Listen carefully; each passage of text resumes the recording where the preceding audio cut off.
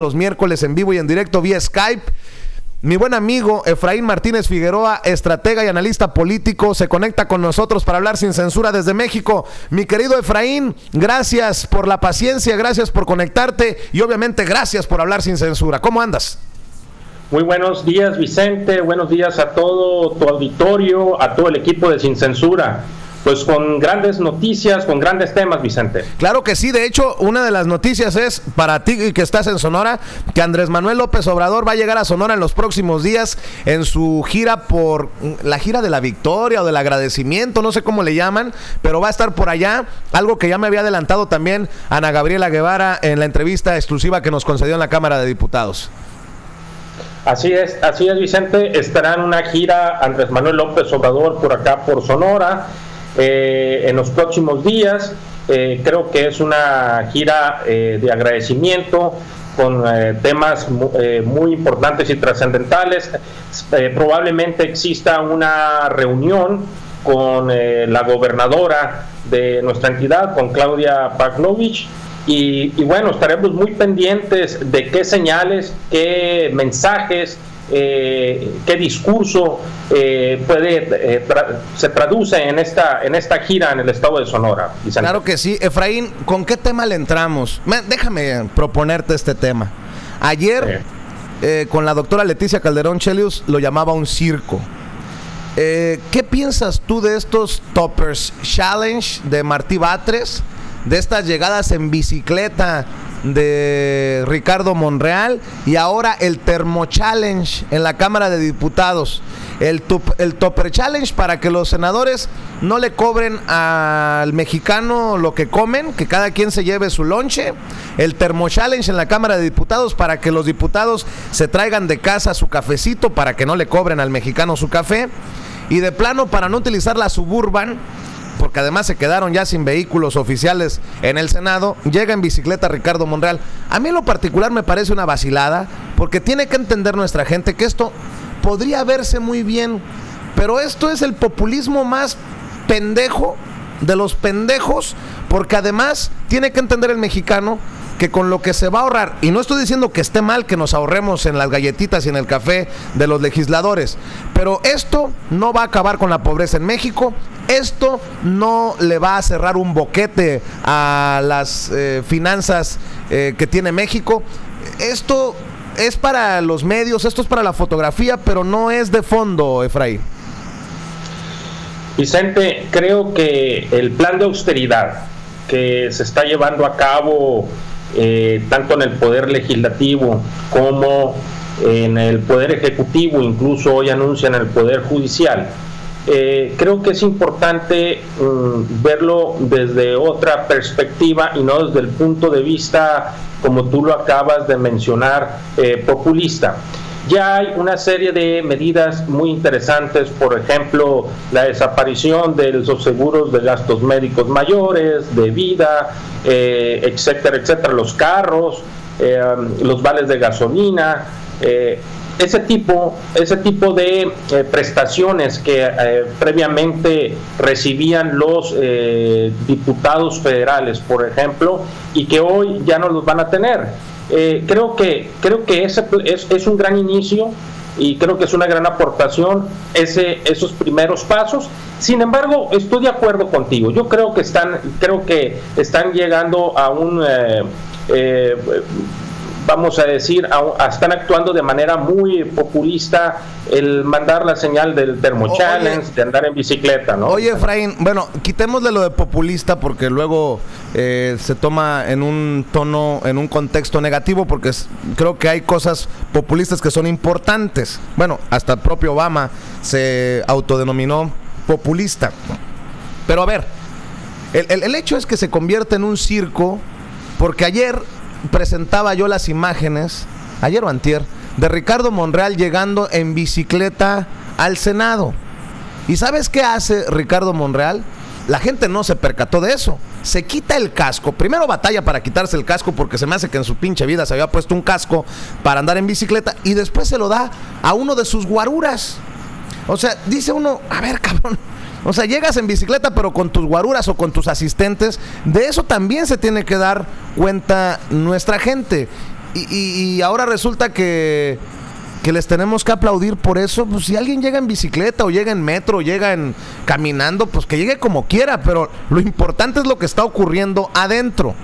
Porque entre otros de los temas que quiero comentarte, los senadores, en su gran mayoría de Morena, muchos de esos que votaron para darle la licencia indefinida a Manuel Velasco, ahora están pidiendo, entre otras cosas, que lleguen a quitarle el registro al Partido Verde Ecologista de México en Chiapas por el caso de estas mujeres que están siendo engañadas y forzadas a dejar su puesto para que lo ocupen los hombres. Este caso de las famosas Manuelitas. Y uno dice, a ver, pues ¿cómo?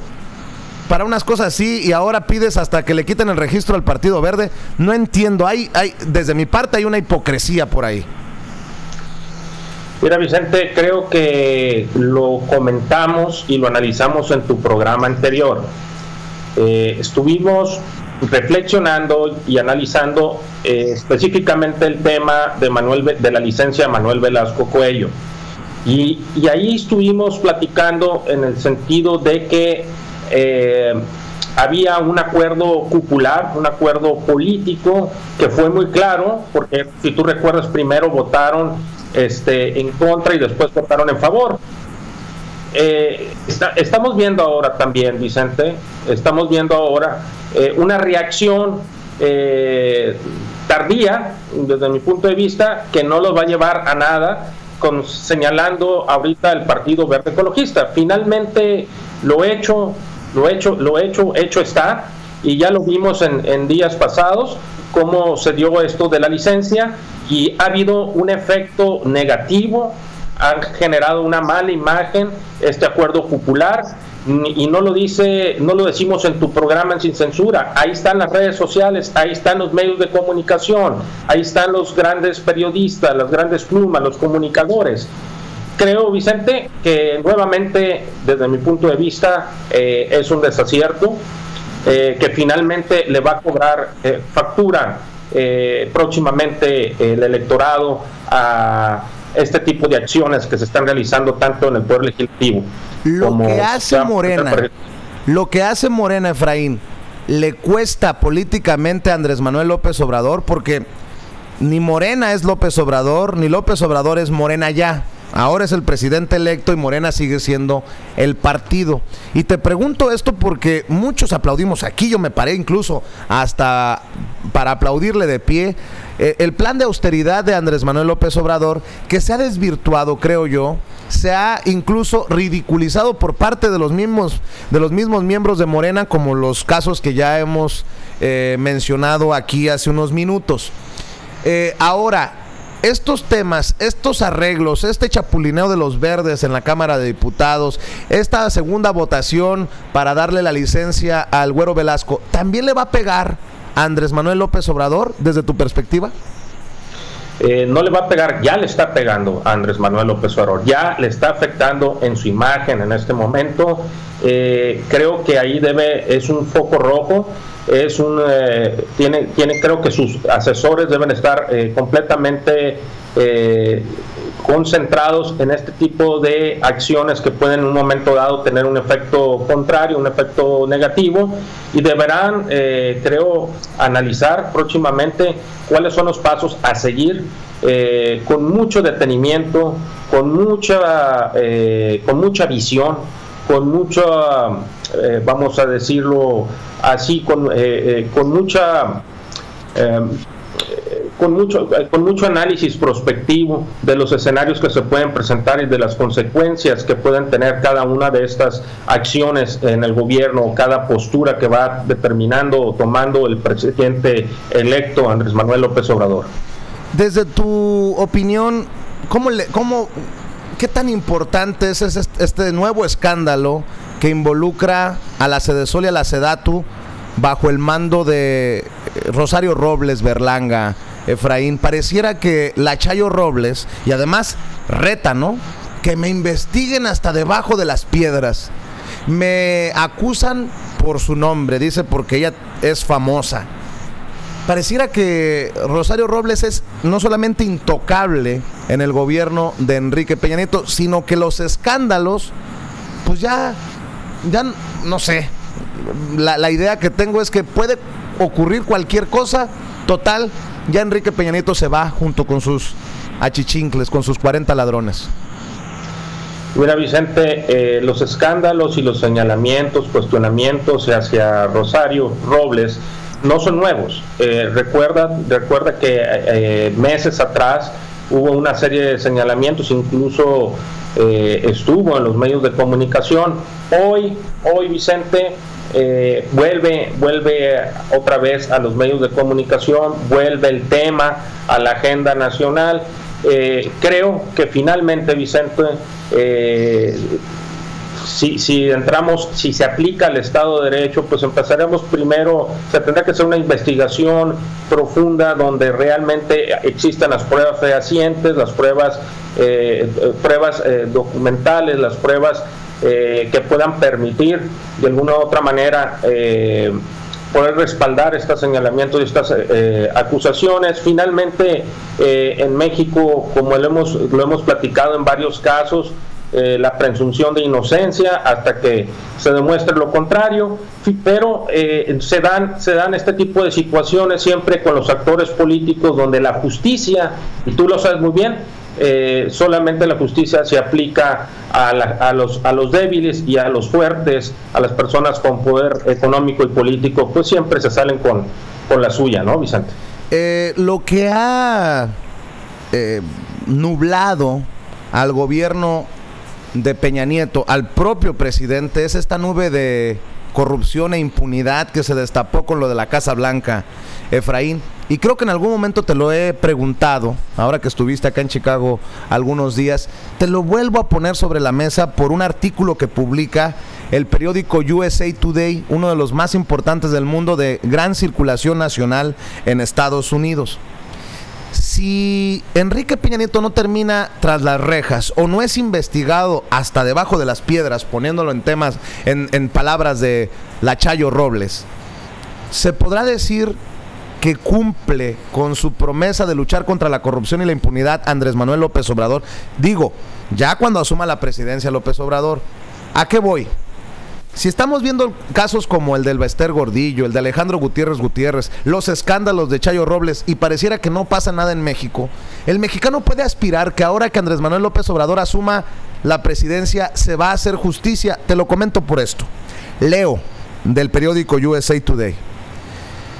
El presidente de México, poco popular, se retirará, dejando una administración con muchos problemas entre escándalos y controversia.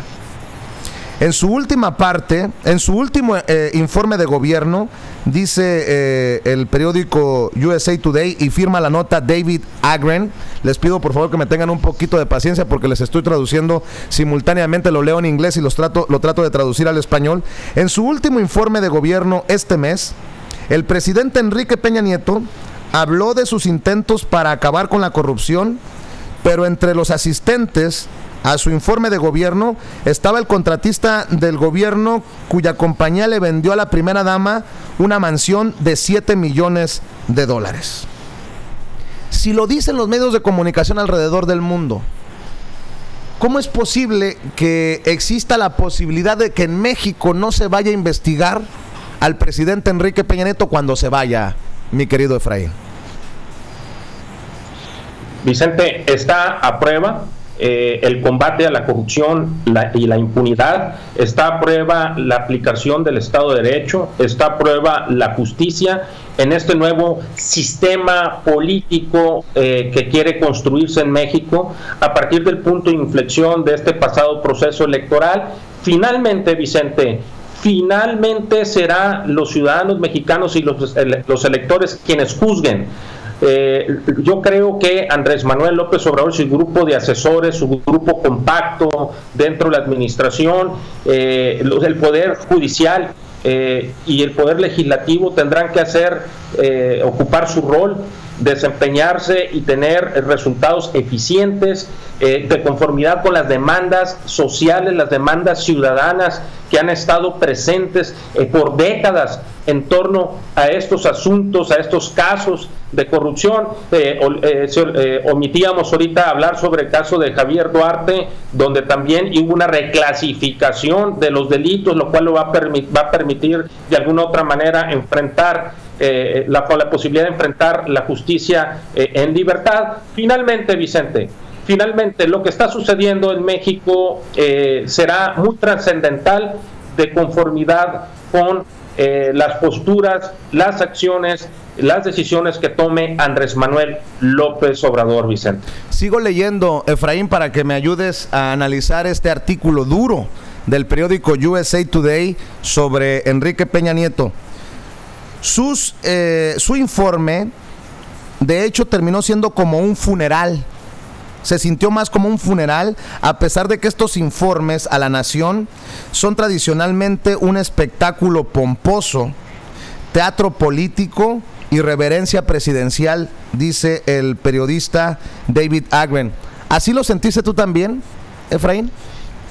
Vicente, tú sabes que la política mexicana siempre ha sido un teatro y lo hemos visto tanto en el nivel federal, como en el nivel estatal, como en el nivel local. Siempre se ha presentado este tipo de escenarios donde se dice mucho pero se hace poco, y realmente no es nada nuevo que se presenten situaciones o vamos a decir acontecimientos de este tipo y de esta magnitud. Los presidentes de la República durante mucho tiempo en México pues han hecho lo que ellos quieren y nadie los ha podido juzgar ni nadie los ha podido señalar o cuestionar. Tú sabes que antes, cuando no había apertura en medios de comunicación, pues todo aquel que señalaba terminaba 3 metros bajo tierra, ¿no? Hoy ha cambiado esto, las redes sociales han revolucionado enormemente la comunicación en el país. Medios de comunicación como Sin Censura han aportado enormemente a la libertad de expresión en México, gracias a estas plataformas tecnológicas que tenemos ahora a través de las redes sociales, que podemos estar presentes y que puede estar presente tu programa en todo el mundo. Pues Vicente, eso es una realidad y una situación que se presenta siempre y se ha presentado en México, Vicente. Así es, Efraín, y para cerrar esto del artículo que leo del periódico USA Today, hablando del teatro político que has mencionado y que lo hemos nosotros le hemos puesto el dedo en la llaga.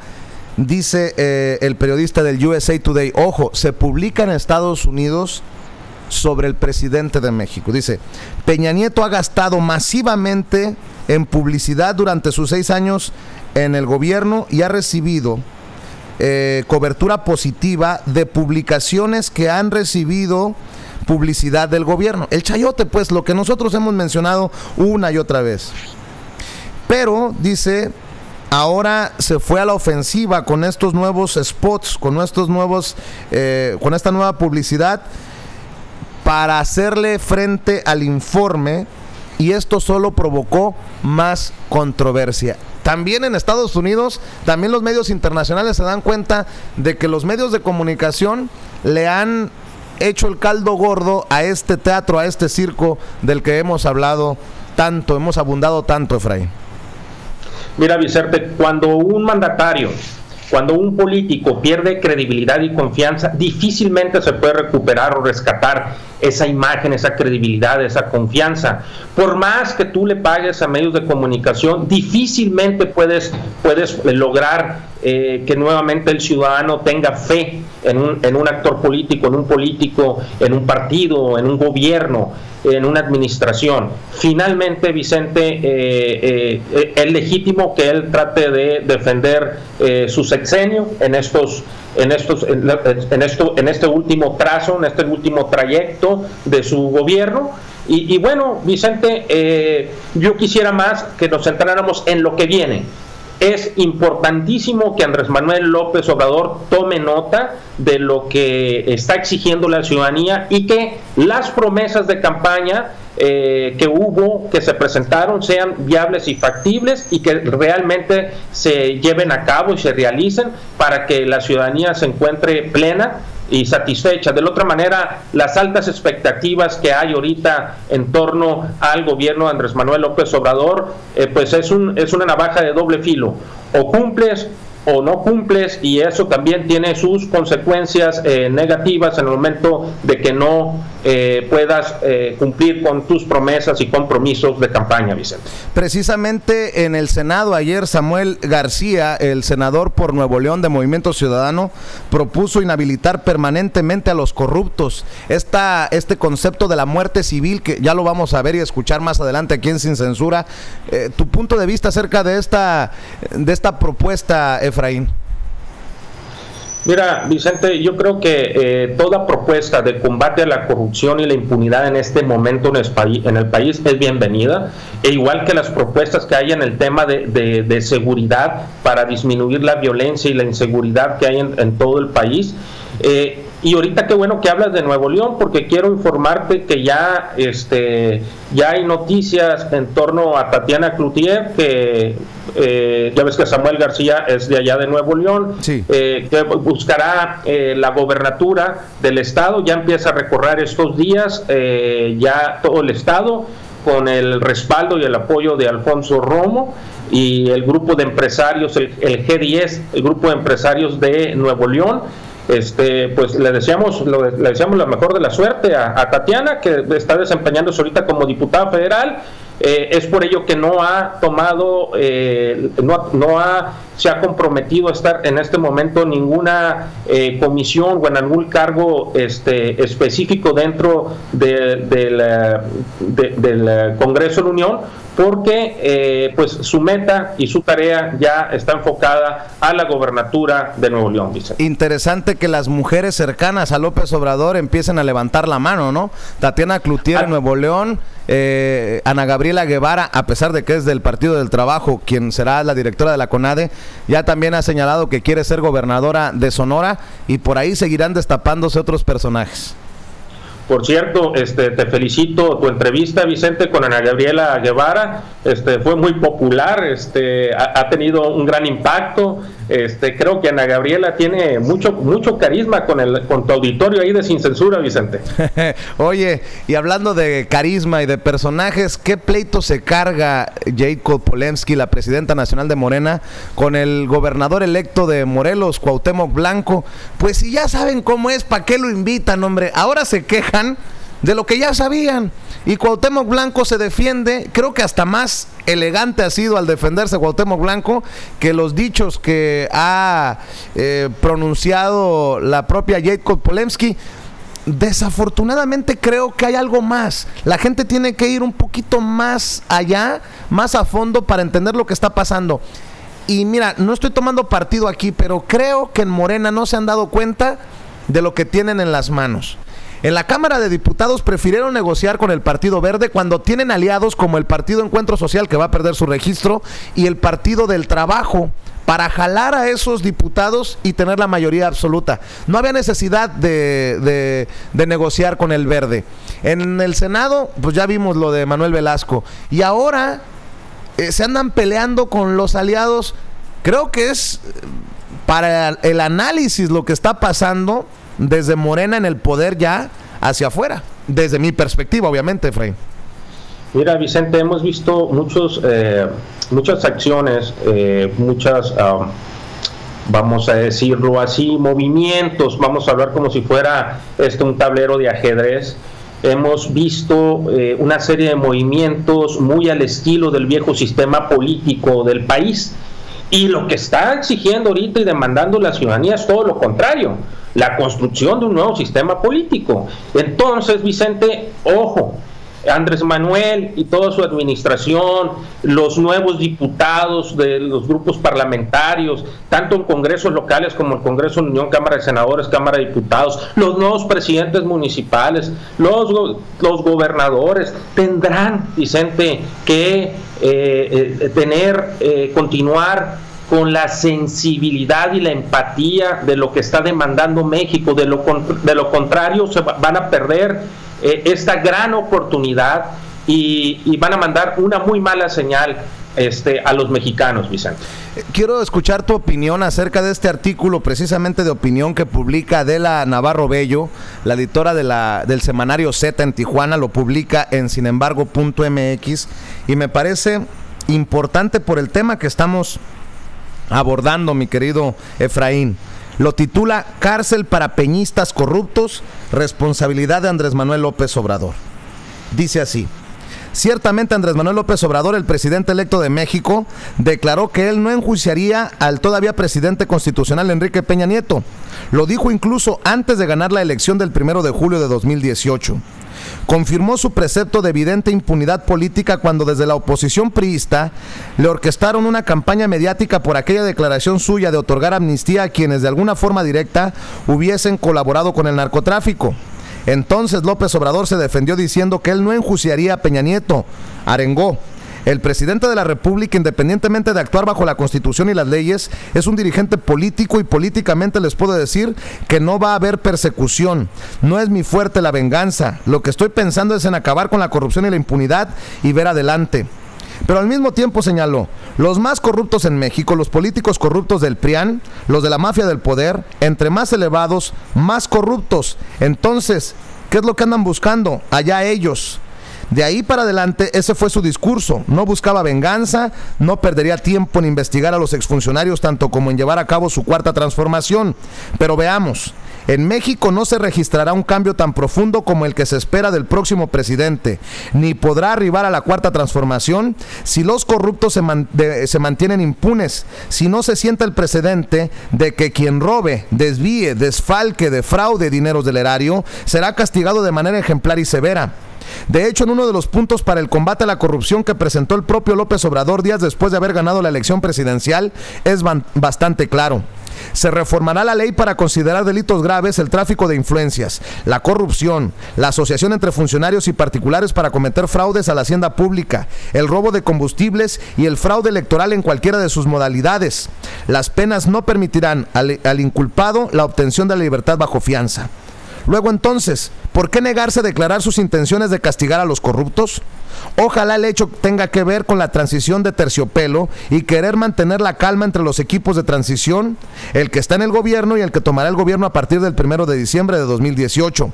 Si el Poder Legislativo, a propuesta del Ejecutivo, aprobara una iniciativa para incluir en el catálogo de delitos graves que ameritan la prisión preventiva aquellos relacionados con corrupción, tráfico de influencias, asociación de funcionarios para cometer fraudes, entonces varios funcionarios y exfuncionarios de la administración del licenciado Enrique Peña Nieto deberían terminar en prisión.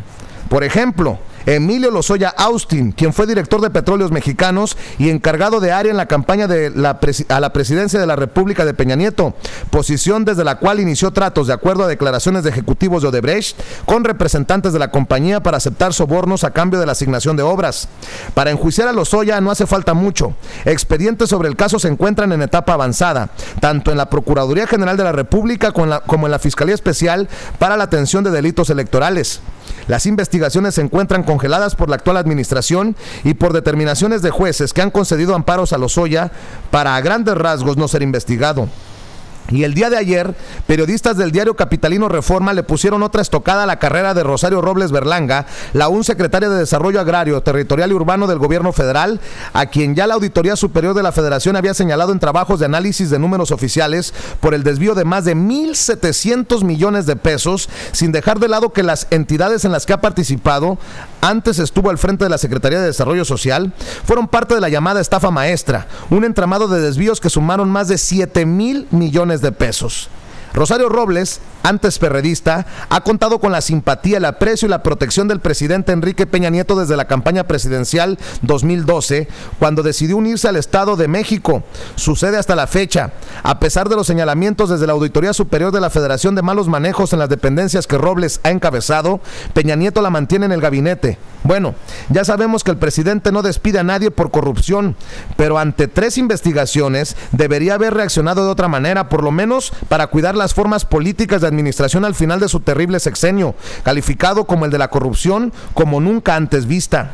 La investigación del periódico Reforma, también basada en documentos de la Auditoría Superior de la Federación, indica que siendo Robles titular de la Secretaría de Desarrollo Social y posteriormente de la Zagarpa, fueron asignados 1,900 millones de pesos para el pago de contratos adquiridos con empresas que prestaron algún servicio. Sin embargo, 700 millones de pesos no llegaron a las empresas a las cuales estaba dirigido el recurso.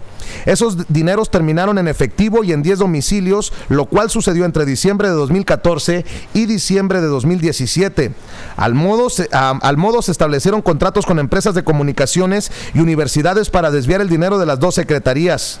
Como en los casos anteriores de señalamientos a Chayo Robles, pues simple y sencillamente nada ha ocurrido. Estoy leyéndole el artículo de opinión que publica Adela Navarro Bello en sinembargo.mx, un medio independiente, un medio que nosotros revisamos continuamente y que creo que es importante que leamos en este análisis que estamos haciendo con Efraín Martínez Figueroa.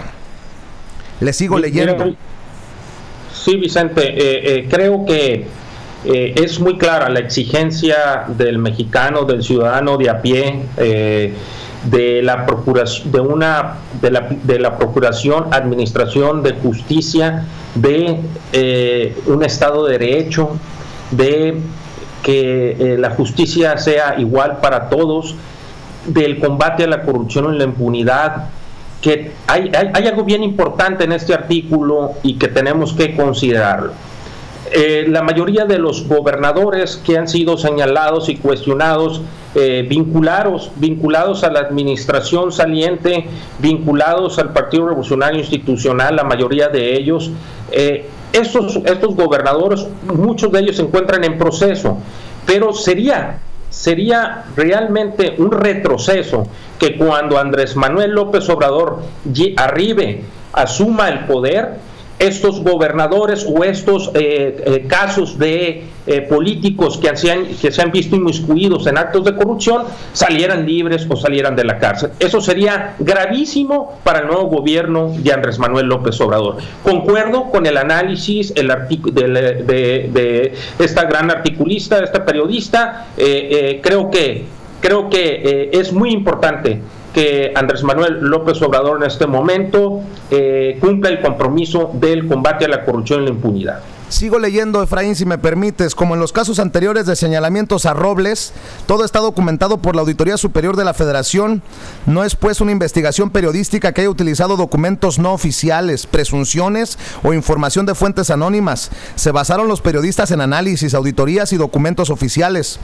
Rosario Robles, por su parte, acusó desinformación y difamación en su contra y, por supuesto, pidió que se investigue para que se deslinde o se castigue a cualquier responsable. La experredista sigue contando con la confianza del todavía presidente.